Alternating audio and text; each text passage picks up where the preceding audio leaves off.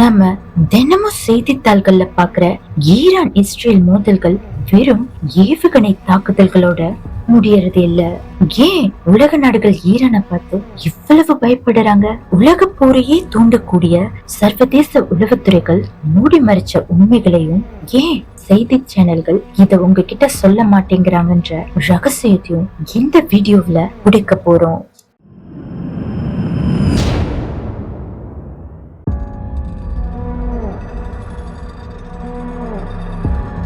ஈரானோட முதல் 2 ரகசியம் அவங்களோட மிசைல் சிட்டிஸ். ஈரான் தங்களோட அணு உலைகளையும் அதிநவீன ஏவுகணைகளையும் சாதாரண ஃபேக்டரிஸ்ல வைக்கல. பூமிக்கு அடியில மலைகளை குடைஞ்சு 500 மீட்டருக்கும் ஆழத்துல பதுக்கி வச்சிருக்காங்க. அமெரிக்காவோட சக்தி வாய்ந்த குண்டுகளால கூட இத ஒண்ணுமே பண்ண முடியாது. இதனாலதான் வல்லரசு நாடுகள் ஈரான் மேல நேரடி போர் தொடுக்க பயப்படுறாங்க.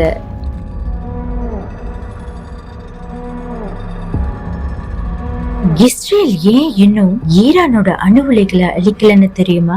ஏன்னா ஈரானோட அணு உலைகளை சுத்தி ரஷ்யா தயாரிச்ச உலகத்தோட மிக ஆபத்தான S-400 ஏர் டிஃபென்ஸ் அமைப்புகள் ரகசியமா நிறுத்தி வைக்கப்பட்டிருக்கு.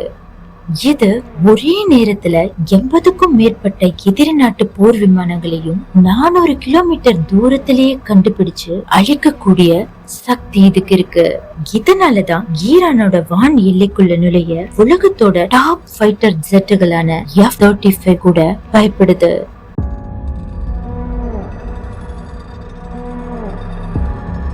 ஈரானோட எல்லைக்குள்ளேயே நடக்கிற ரகசிய படுகொலைகள். கடந்த சில வருஷங்களா ஈரானோட top nuclear scientist, military commanders அடுத்தடுத்து மர்மமான முறையில படுகொலை செய்யப்பட்டாங்க.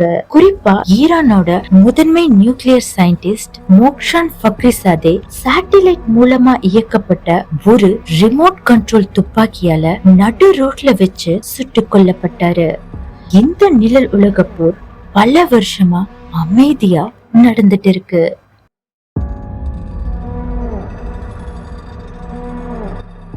நம்ம நினைக்கிற மாதிரி ஈரான் தனிச்சு போரிடல. அவங்களுக்கு பின்னாடி கிரிங்குன்னு உலக நாடுகள் அழைக்கிற ஒரு ஆபத்தான கூட்டணி இருக்கு.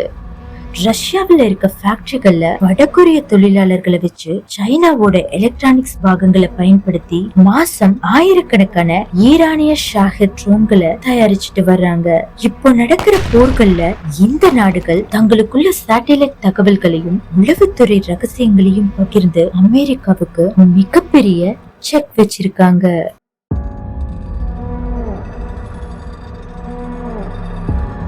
இது வெறும் ஆயுத போர் இல்ல, எதிராளிய பிச்சைக்காரனாக்கறக்கான பொருளாதார போர். ஈரான் பயன்படுத்துற ஒரு ட்ரோனோட விலை வெறும் $20,000 தான், அதாவது 16 லட்சம் ரூபாய். ஆனா அத வானத்துல வச்சு அழிக்க அமெரிக்காவும் இஸ்ரேலும் பயன்படுத்துற ஒரு தற்காப்பு ஏவுகணையோட விலை $1.2 மில்லியன், அதாவது 10 கோடி ரூபாய்க்கும் அதிகம். வெறும் 16 லட்சம் ரூபாய் ட்ரோனை அழிக்க 10 கோடி ரூபாய் ஏவுகணையை ஏவ வச்சு அமெரிக்காவோட பாதுகாப்பு பட்ஜெட்டையே காலி பண்றதுதான் ஈரானோட மாஸ்டர் பிளான்.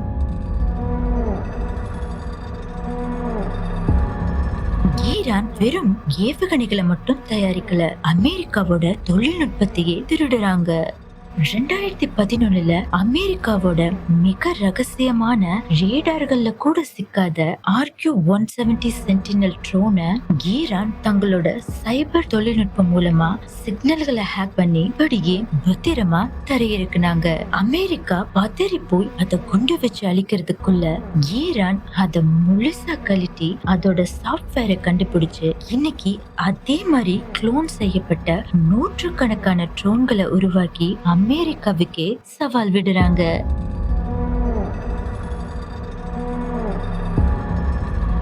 போர் இப்போ பூமியில மட்டும் நடக்கல, விண்வெளியிலும் நடக்குது. இஸ்ரேல் மற்றும் அமெரிக்காவோட ஏவுகணைகள் துல்லியமா ஈரானை தாக்க அவங்களோட GPS சேட்டிலைட் உதவிகள் தேவை. இத முடக்க ஈரான் தங்களோட எல்லையில மிகப்பெரிய எலக்ட்ரானிக் வார்ஃபேர் அமைப்புகளை வச்சிருக்காங்க. இது மூலமா போர் நடக்கும்போது ஒட்டுமொத்த மத்திய கிழக்கு பகுதியோட GPS சிக்னலையும் ஜாம் பண்ணி எதிரி நாட்டு ஏவுகணைகளை வழி தவறி பாலைவனத்திலேயோ இல்ல கடல்லையோ விளைவிக்கிறாங்க.